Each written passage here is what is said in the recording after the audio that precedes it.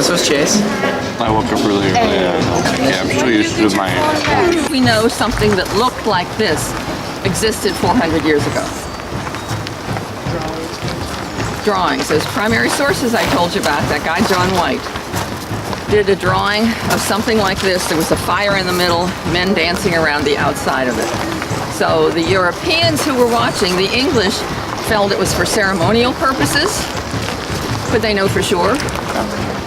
So probably not for sure, but they figured it was for ceremonial purposes. The neat thing about these is that these were done by one of today's Powhatan Indians. There are 11 recognized tribes in Virginia today. And so it's really neat that today's Powhatans can help us tell the story. Because there was a time, first of all, the Powhatans had no written language. So you have nothing written down to pass on. So if you don't have a written language, how do you teach people? How do you teach your kids? Speak to them. What? You tell them stuff. Oral tradition, oral story. But there was a time in our country when Native Americans were persecuted. And they did not pass on their oral tradition to their kids. As a matter of fact, many of the kids were forcibly taken away from them to break tradition. And so there's a lot lost about the Native Americans today. So this is really neat that one of today's Powhatans will be able to help us tell their story. My name's Carol, by the way. Don't tell me yours, I will never remember all of them. It's early morning, might not remember my own. You are on board the Discovery. So, I've been told to challenge you, so I'm not going to give you the answer, you're going to give me the answer. Pride for the team. What about pride for your family or pride for the group that you came from? One of the things that they did was women tattooed themselves. They tattooed on their arms, on their faces. We don't know why. So was it because they thought it looked pretty? Why do we have tattoos nowadays? Why do we put holes in our ears? It hurts when we do that, right? So, so different reasons for doing that. So what I have here, though, are things that they would have worn to show maybe how important they were. Can you tell from that, do you know which ones they would have had the least of and would have been most important to them? The colored ones, absolutely, yep. And they're made from glass. The Powhatan did not know how to make glass. Those came from the English. They were traded with the English. And think about what there is in nature that you can use to dye things blue. Flowers. Maybe flowers, indigo in particular, certainly works. Berries are purple, I learned that the hard way. And so there's very little, so the color itself was significant to them as well. Is there anything else that you know of? Yes, sir. The copper. Yep, a piece of copper this big would have indicated probably that it was at the very least the chief of the town, if not paramount chief. This was a significant amount of copper for them. I have a necklace that has tiny, tiny, tiny little copper beads. Still means I'm important, but not as important as the chief. So, if you go out and you trade and you get a piece of copper or you get the blue glass beads, do you get to keep them? Yeah, probably not. Who gets the best of everything in the village? The chief. And then he decides who's important to him and who is going to get these, okay? So today, because I'm wearing so much copper and so many blue glass beads, I'm either the chief, which was possible, or I'm the chief's favorite wife, because he probably had more than one. So we think the paramount chief had over 100 wives at one point. So men, you would all, wait, what grade are you guys in? Eight. Oh yeah. You'd be thinking about getting married. Boys, maybe not quite yet. 14 to 16 or so. Girls got married around 13 to 14. So men, you would have your hair long on one side, shaved on the other side, long on the one side, tied up into a bun. Why would you have your head shaved on one side? What were you hunting with? So practically, we think it was also to honor one of their gods, to do that as well. Men would have their faces painted. Why did they have their faces painted? Maybe it's like camouflage, right? For nowadays, maybe to make themselves look fierce. I was telling a couple of these gentlemen, there's an account of one, a human hand hanging from a man's ear. Yeah, what are you going to be thinking about that man? He's very dangerous. He's dangerous, yeah. Maybe he's brave as well. Mm-hmm. Or there's a snake hanging. One of my coworkers put a live snake in a hole in his ear. Yeah. So I personally thought he was a little crazy, but maybe that would make me stay away from him too, right? So they had different ways of decorating themselves. Oh, and before you... Okay, she's not stopping me yet. One quick thing. I have clamshell. Make really nice beads out of that. Really tiny little purple beads out of that, okay? Great trade items for people in the mountains because they're not going to have access to that. So I have a smaller one, and if somebody wants to try this, just a kind of a rough stone, and I'm grinding away at this tiny little piece of, so I can turn it into a tiny little bead. Women, that would probably be mostly your work. Anybody want to try it before you go? Not this morning? No, me neither. A lot of work for tiny little beads. But all right, do you guys have any questions about anything? No? Okay. Thank you. How did you get the holes inside the beads? Good question. And I was talking to them about that too. So I would take it at about this point before it's really, really small and take, this is flint, a trade item for the Powhatan, but see that really sharp edge to it, and just push down and grind away. I could also take a small piece of flint, put a handle on it, and just make a tiny little drill out of it. And what you're going to want here at Jamestown is somebody that can do repair work. You have all these leather goods coming out of England. You're going to have somebody that can do at least the repairs, even if they're competent or they're simple. This is a piece of ox hide, and this is to repair shoes, putting new heels and soles onto the shoes. The ox is doing work for you, so you're not slaughtering them for beef. You're going to keep them around, let them do work, pull a wagon or pull stumps, and his skin will get a lot thicker. This one is steer hide. I'm going to use steer hide general purpose for all kinds of things. This one is something I just finished. This is a sheath for a marlin spike for one of the sailors, made out of that steer hide. Other purposes, other things. This is sheepskin. It makes excellent pouches and bags. You may see it on some of the bandoliers and waist belts that the soldiers have. This one is pigskin, strap work. Actually, I don't know if you can see. Can you see the pattern of dots on the surface? That's where the hair grows. Pigs are hairy. And then I have this one, which is for fancy work. This is kid skin. Usually it's a fourth grader that missed their bus. Yeah, baby goat. Yeah. Some of these larger animals are giving you a large piece, because it's the skin. They're giving you a large piece of leather. But you're going to have to cut it, and it's called a round knife, even though it's not round. You can cut it into pieces. You can use that edge or turn it around or rock it. That means you can do pizza. And once you've got it cut into pieces, you're going to sew things together. They're going to be attached by sewing. So, of course, when you sew, you need needle and thread. But with leather work, you're going to need another tool called an awl, A-W-L. Gosh. And this will pierce a hole through the leather, and you can pass the needle and thread through. Now, they're not really producing manufactured goods here, so the needles are coming from England, from a needle maker. The thread, though, is coming from England, but it's coming in the form of a single strand of flax thread. Not very strong. So what you want to do is pull off 2 pieces, 3 pieces, and coat them with beeswax, and then twist them very tight. The beeswax makes them sticky, so that when you twist, it doesn't unravel. Problem with beeswax is it's coming from England. Why is beeswax coming from England? Well, it's because there are no honeybees here. They're brought over from England also.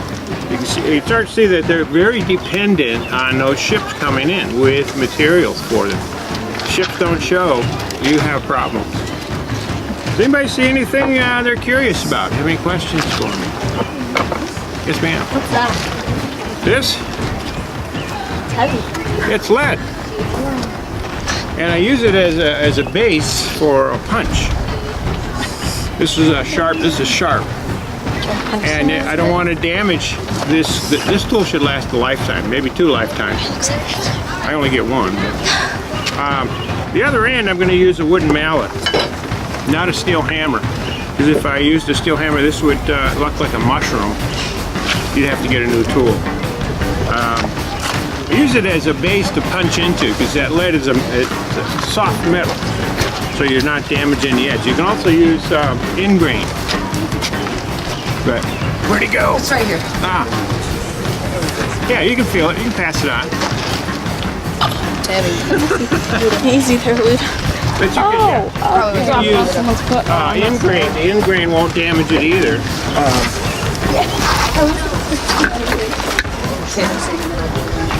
So basically it comes out of the side.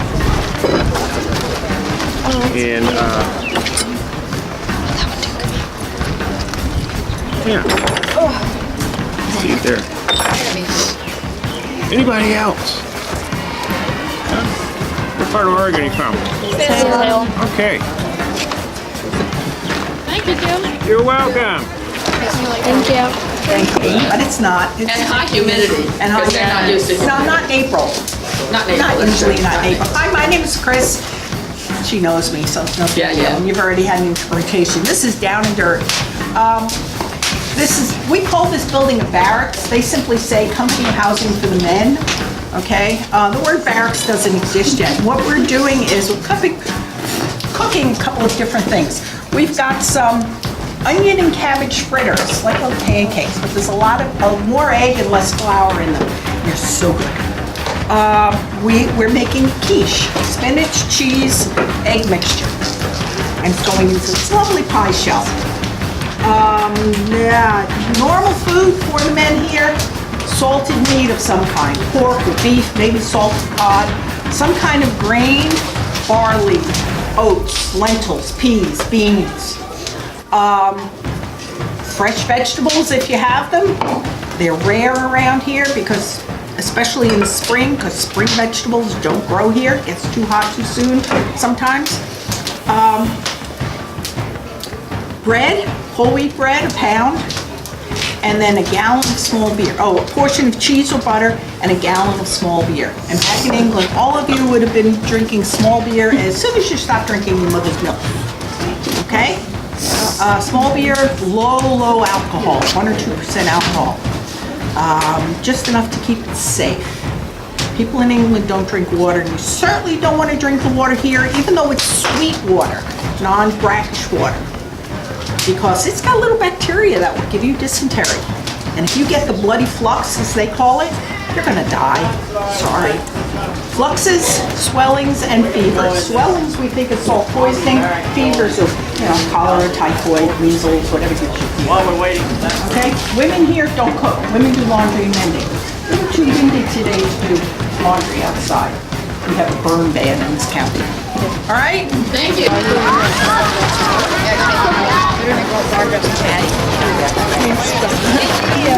Okay, scraping away. That doesn't ship. That's what you Yeah, I bet you can touch it. You gonna eat that? Okay, pass it on. 2 more. No, John. Who else wants to try it? Good job. Yeah, Chris. Okay, they're getting along. Good job. All right, spit it out. Okay, guys. It has a spout on the top, so I make sure I put the right amount of gunpowder every time. The gunpowder in the barrel. What goes inside the barrel along with the gunpowder? The bullet, right? So I have a bullet in these pockets, or one of the rules here says, have some bullets in your mouth so you're really ready to go. So I just put a bullet out of my mouth, pop it in there, use the stick, make sure the bullet goes all the way down, it doesn't get stuck somewhere up here. It goes all the way down, it sits on top of the gunpowder. Then, this is called a firearm. That kind of tells you what's the last thing that you need. Fire. You have to have some kind of fire. Every gun invented has some kind of fire, but this is the oldest kind of gun that was really used on the battlefield. So it has a really old kind of fire. These soldiers actually carried a piece of rope that's burning on the end. And that's what they used to blow up the gunpowder. Would you all want to carry burning rope around everything? It's kind of weird. What would happen? Can you think of some problems of carrying burning rope around with you? It could catch you on fire. Yeah, that's never happened to me too bad, but I did burn a big hole in my breeches one time. What would you do if your burning rope went out? You can't shoot, exactly right. So it's something you have to think about. That happens to the colonists sometimes too. But yeah, the burning rope is there to blow up the gunpowder so that you can shoot. Now, when I'm ready to shoot, I just put the burning rope here into this little piece called a serpentine, and then I open that pan of gunpowder up, and when I pull the trigger, the burning rope comes down and it touches the gunpowder, blows up, and then there's a hole in the side of the barrel, so some of that fire goes through the hole, and it blows up the gunpowder in here, and then what happens to the bullet?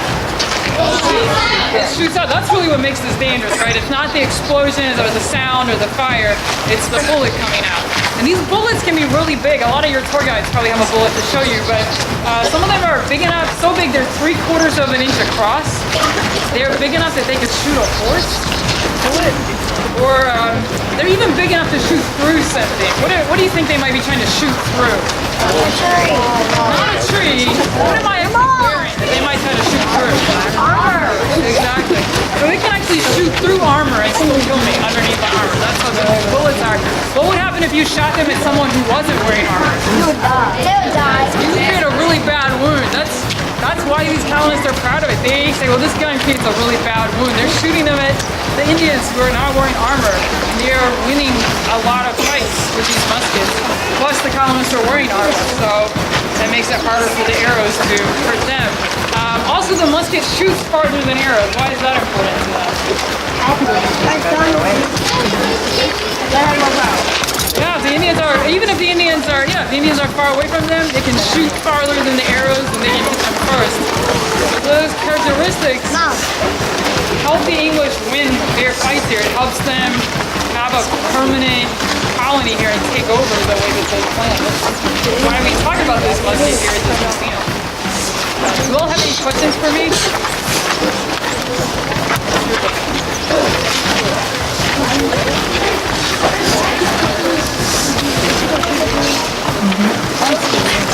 They don't have a gun that can reload faster. This is the high tech of 1607. So they think this gun is really good. We look at it and say, wow, it has all these problems, it's really slow. It is slow. They have some methods to make up for that. But they also think, hey, this is really high tech. This is really good stuff for 1607. And it does work pretty well for them. It really does. A lot of times, you know, when they have problems, it's not because the musket is confused. They have other problems.